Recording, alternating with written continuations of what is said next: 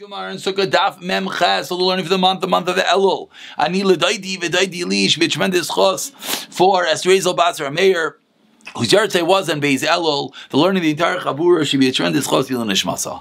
Of course, our chayim men b'vega chaim yisrael shalom sin reis azar baskinan deli tvasim es chaysar yisrael men deli the parents of the shavlei shalom az nami v'shavei yirshechano shmo ben tila dim chan reizum chaim and sin li brachos tav musa dinayin v'shin mindas viv v'vega rodan v'chalaszun as dila huva Rivka bas v'shem zalzim v'chalaser v'shem shachli Yisrael as well as chashelech v'shemir bas v'zagital yisrael chaim ben devaira. We are holding on the top of Mem Ches Amud Aleph at the Mishnah after a lengthy and intricate discussion of Shmini Atzeres yesterday. But now we continue with that which we spoke about in the Mishnah on Daf Mem Beis. The next items on the list were Hallel and Simcha. Says the Mishnah, Hallel v'Simcha Shmaina. We have to say Hallel, there's a din of Simcha, which we'll see what that means for all 8 days of Sukkot. Keitzad, Melamish Chayvan b'Hallel u'b'Simcha u'b'Chava Yontav Achar Shachag Kishar Kol Yemois Chag. Says the Gemara. Excuse me, I read that a little bit wrong. Let's do that a little bit better. How is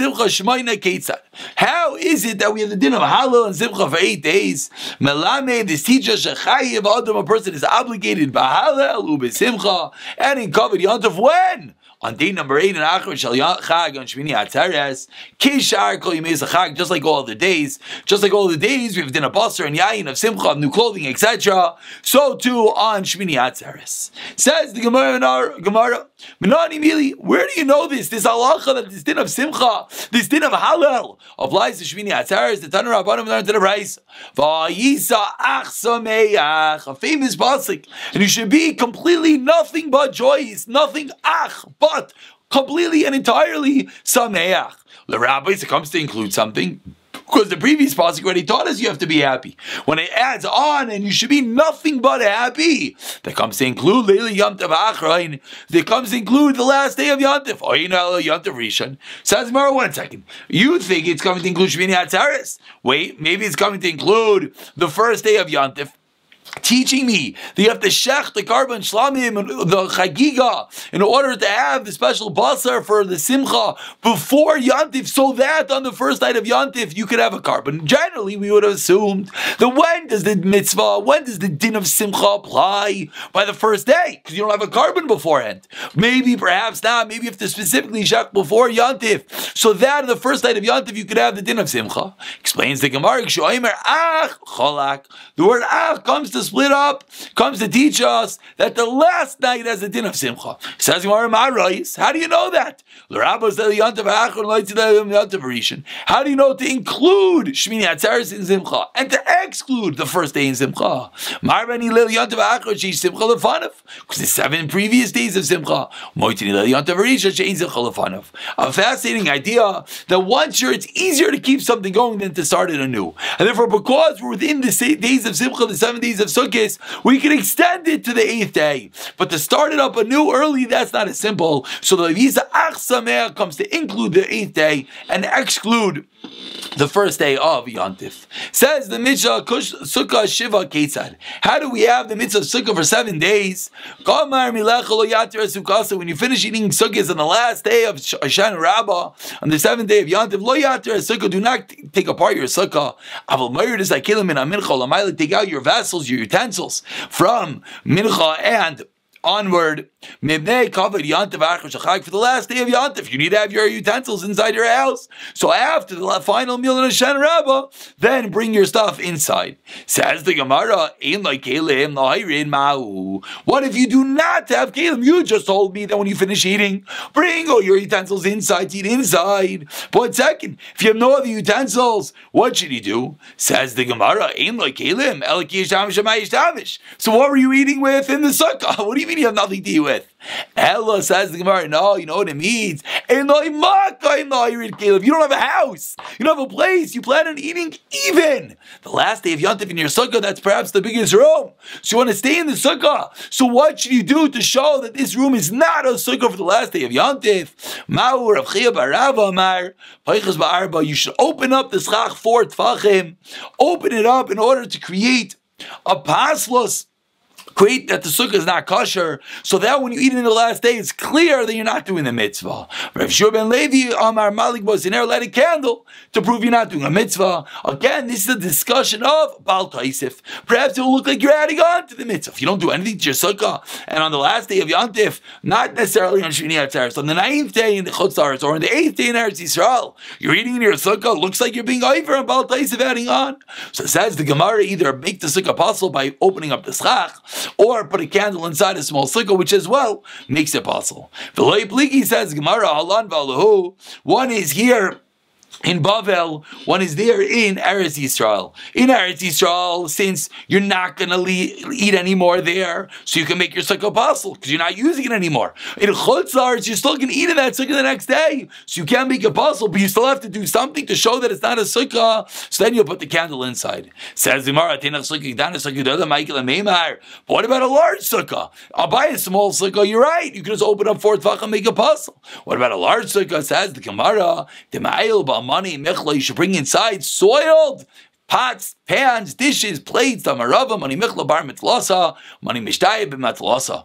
The dirty dishes are outside the sukkah, the dirty cups are in the sukkah. So if you go and you bring the dirty dishes in the sukkah, you're showing it's not a sukkah. There are many a shul, many a sukkah. In the shul by me over here, this is what they do, because they like to use the sukkah during a Simchas Torah, etc. But you can't eat in a sukkah Simchas Torah. It's Baal Taisif. So you know what do? They do what the Gemara says, bring a garbage into the sukkah, bring something into the sukkah to show it's not a sukkah. And it's a machlekes whether the way to learn in here is to show it's not a sukkah, or it actually perhaps makes it possible. Maybe bringing a garbage into your sukkah, bringing in dirty dishes, actually makes the sukkah not kosher. Machlekes Rishayim definitely should give us a bit of the severity of bringing garbage into the sukkah. But those would be the 2 ways of dealing with it. We needed to show that we're not eating a sukkah because it's no longer a sukkah.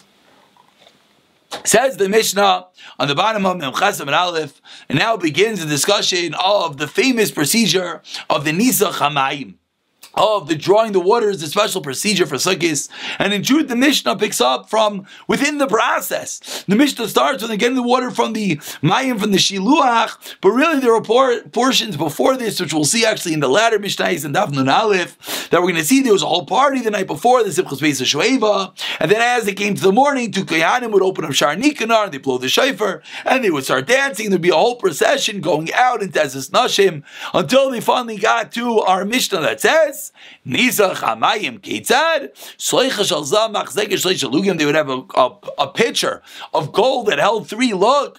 Haimamalim Min HaShiluach, and they would use that to fill up from the Shiluach spring. Higiu L'Shar HaMayim, and after you fill it up, they would go back. They would reach the gate called the Shar HaMayim, which you might remember from the days of Yuma. There was a mikvah on the top of it. That was where they went through with the water. Teku Ariyu v'Teku, they blew shofar. Tkiya Chua Tkiya. All about Kavis, they went up the ramp. Upanu Lismaila, they turned to the left, which of course everyone realizes is a bit unique, because we know on the Mizbeach we always only make right turns. Here they made a left. Shnei Safalim Shal Kesef, there were 2 silver basins there. Ayu Sham Rav Yehuda Mer Shal Sirayu, they made of lime. El Shem Meshach B'Neiam, just they were dirty than they yain because of the wine. They looked silver, but really they were lime, says Rav Yehuda. Just from the wine, they would look echi. Umenukvim, and they were perforated. They had a hole in the bottom of these basins, turning over to, excuse me, Mem Chesed and Beis, K'min Chutmin, like 2 nostrils, Dakin that were thin. Echad Mova v'Echadak, one was a bit thicker than the other. Why? So both of them run out at the same time. We'll see what that means in the Gemara. Says the Mishnah, Ma'arvei Shalmayim Mizrachel Shalyayin. The Ma'ariv, the west bowl was for water, the eastern bowl was for the wine. Shalmayim L'Tachshem. What if you got mixed up and you put the water in the wine, or Shalyayin Tachmayim, or the wine in the water? You mixed up the 2 barrels. Yatzah, it's okay. Rav Yehuda Belugay Menasek Shemaina. Every day they would pour 1 lug of water. And on Kol Shemaina, and the one that was pouring the water, they would tell him, they would scream out, pick up your hands. We want to see you pour it. One time, he poured into the basin, he poured in his legs. And everyone said, you Saduki, what are you doing? And everyone pelted him with his esrogim, which we'll see more how dreadful that was in the Gemara. Whatever they do by the week, they would do on Shabbos. They fill fill up from Erev Shabbos. Chavish al Zav, and Erev Shabbos, they fill up the pitcher, a barrel with water, of gold. She'enu mikudashes, they put in a barrel that's not mikudashes. Why? Because if the barrel had kedusha, then the water would get the kedusha, and then it would be possible when it's left overnight, linas laila. So he specifically would take a barrel which is not mikudashes. Of course, it would gain sanctity when it put water in it, but it would not become lina overnight. Min hashiluach. When they put it in the room, nishpcha, if it got spilled over, niskalso, or if it got opened up, had to be covered at all times. They malad min akir, then they would fill it up in the kir the next morning. Shayayin v'mayim magulim psulin gam mizbeach. Uncovered water and wine is possible for the mizbeach, which is actually where an interesting halacha comes from, that for kiddush you should not use uncovered wine. Many people are wondering, what do you mean? You need to let your wine breathe before you drink. And there are mefarshim, I think the Ksais HaShulchan, that speaks out that, of course, that we know that Bizman Hazeh makes the wine better for kiddush. If you're doing it to make it better, therefore you are allowed to let it breathe and let it be megula, let it be open for kiddush. But there were many gedolim that were makbid. You shouldn't have yayin megulin like it says in the Mishnah over here, and they would pour their wine immediately preceding kiddush. But now we're up to the process of the nizach hamayim, the pouring of the water, unique process, which is the only time they pour the water on the mizbeach was on Sukkot. Let's get to it. Says the Gemara, Memchasam and Beis, beginning the Gemara. Minan immediately, where do we know the din in our Mishnah? Rav Ina damar krav shavtem mayim b'sasayin. You draw water with sasayin, with rejoicing, and that's how we know that they would sound the tkiya, trua tkiya, in order to rejoice as they would bring in the water of a goymer. Hanu trei mini. Says the Gemara. Let's say a bit of a story. There were two minim, heretic sedukim that of course learned the Torah shebechsav and not Torah shebal peh. Chad shmei one guy's name was Sasa and one guy's name was Simcha. It sounds almost like the beginning of a bad joke, lahavdil. Amrlei, Sasa and the Simcha. Sasa inside the Simcha, Anad even minach, I'm greater than you. You know why? They'll say Sasa and the Simcha yasigu. It says Sasa before Simcha will rejoice. So I Sasa am better than you, Simcha. Amrlei Simcha the Sasa and Simcha responded back, Anad even minach, I'm greater than you. They'll say Simcha v'Sasa la Yehudim. It says Simcha first in that pasuk for the Jews. So I'm greater than you. Amrlei Sasa the Simcha. Sasa said back, Chad Yaima Shabekoid v'Shav Yoich.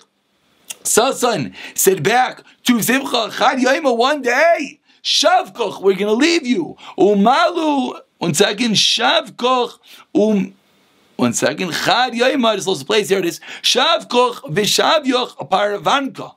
We're going to leave you and you're going to lose your status. T'chsiv, as the pasuk says, Ki v'Simcha teitzeyu. It's going to go out with Simcha. So it said, Sasaim, one second, we're going to strip you of your status and you're going to become just a mere messenger, so I'm greater.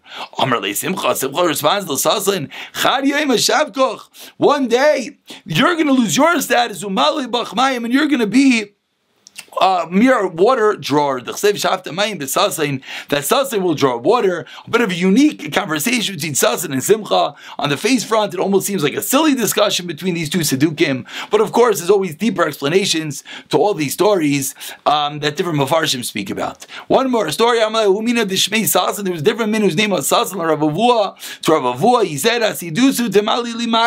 the future, you the Jews, you're going to fill up water for me, for the Sedukim, for me, whose name is Sasain. La'alma da'asi, in the future, then in the future, you're going to fill up water for Sasain. So Amar Lei, Ravu respond, yeah, Sasain will fill up water for Sasain.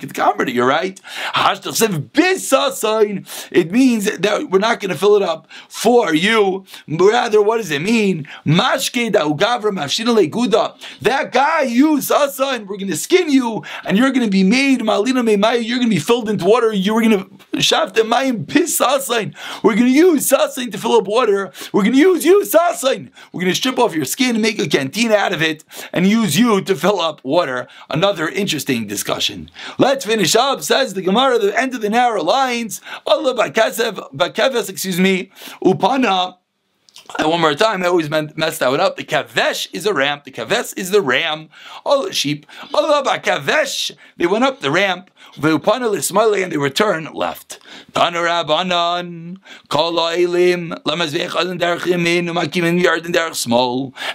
went up the Mizbeach, we know this from Yuma. You went up the right, and you came down the left. You only make right turns.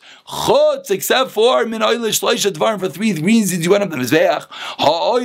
For these reasons, You went up on the left, and you came back the way you went up. When a lot of them on the... Nope. Let's see. First of all, here's a picture of the Shar HaMayim. Here is the picture of as they came in, they would blow. You see over here, he's holding the water from the Shiluach. As they came in, they blow Tkiya, Tkiya, and they would all dance their way in. Here you see him going up, and you see he's about to make a left turn. As he's coming up, the beautiful picture, you see the beautiful two silver basins over there. He's about to make a left turn. Over here you see, beautiful courtesy of our school, you normally make a right around the Mizbech. However, over here you made a left, and then you come back the way you started. And here you see one of them pouring the water, one of them pouring the wine. And furthermore, this is going to be the next Gemara. Let's just see it now. You see how the two holes, one is larger, one is smaller. We'll see in the Gemara in one moment why. This is them normally circling around the right of the Mizbeach, and let's get to it. Says the Gemara, and we'll conclude with this final piece of Gemara. Actually, I'm sorry, we're going to have two more pieces of Gemara. That the basins, said Rav Yehuda, were really made of lime. They just look silverish because they decayed. Bishlama says the Gemara 3 lines into the white lines. That the one that was used for wine, I understand, it turned black. But the other basin that was used for water, why did it turn black? Explains the Gemara.